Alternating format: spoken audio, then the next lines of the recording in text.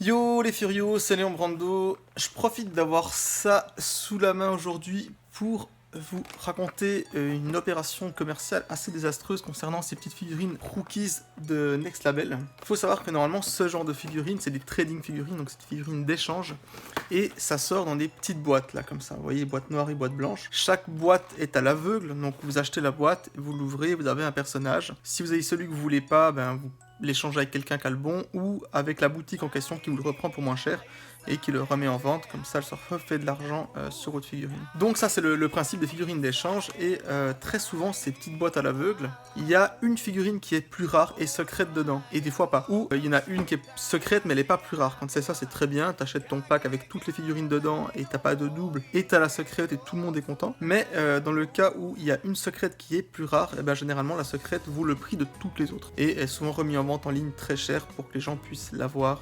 finalement. Et à la sortie de Rookies, enfin des figurines Rookies de Next Label, il y a eu deux boîtes comme vous pouvez le voir, la noire et la blanche. La noire contient une version alternative de Sekikawa, qui est donc secrète et plus rare. La différence c'est qu'elle a une casquette sur la tête, c'est tout. Ce qui fait que pour être sûr d'avoir la figurine secrète, les gens ont acheté une grosse quantité de boîtes noires. Et du coup, pour la blanche, il n'y a pas eu de secrète. Donc déjà, ça fait un gros déséquilibre où en fait, il y a plein de boîtes noires qui sont vendues, sauf qu'ils ont produit le même nombre de boîtes blanches. Mais du coup, en fait, les gens vont pas l'acheter en double s'il n'y a pas de raison, entre guillemets, d'avoir une figurine rare. Ce qui fait qu'on s'est retrouvé avec des boîtes noires neuves qui valent très très cher parce que les gens ont encore espoir d'avoir la figurine alternative. Et toutes celles qui sont déballées, elles valent plus rien. Et pour les boîtes blanches, eh ben, on s'est retrouvé avec des énormes cartons, 2 cartons de figurines boîte blanche en vente. À l'époque, moi j'en vendais sur Price Minister parce que j'avais racheté justement une grosse quantité de ces figurines là et je les vendais assez cher d'ailleurs.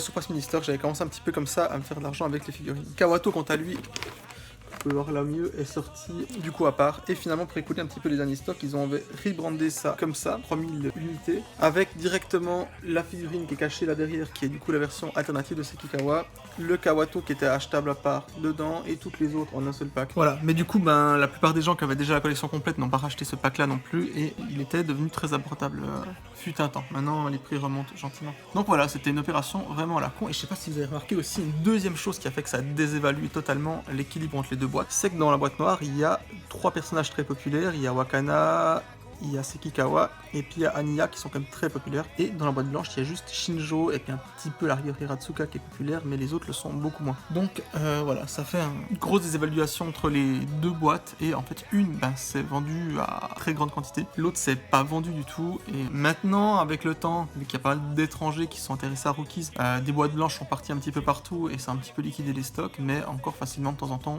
on peut retrouver des fois sur Yahoo Auction des cartons de boîte blanche. Voilà. Si ça vous intéresse, je vous raconterai d'autres choses sur les autres figurines Rookies, parce qu'il y a quand même pas mal de choses à dire. Il y a eu pas mal de gammes différentes, donc des trucs un petit peu ridicules, des trucs un petit peu cool. Voilà, merci de m'avoir suivi. S'il y a des qui se manifestent dans les commentaires, j'en tirerai un au sort et il aura gagné ça. C'est des petits straps avec marqué One for All sur un.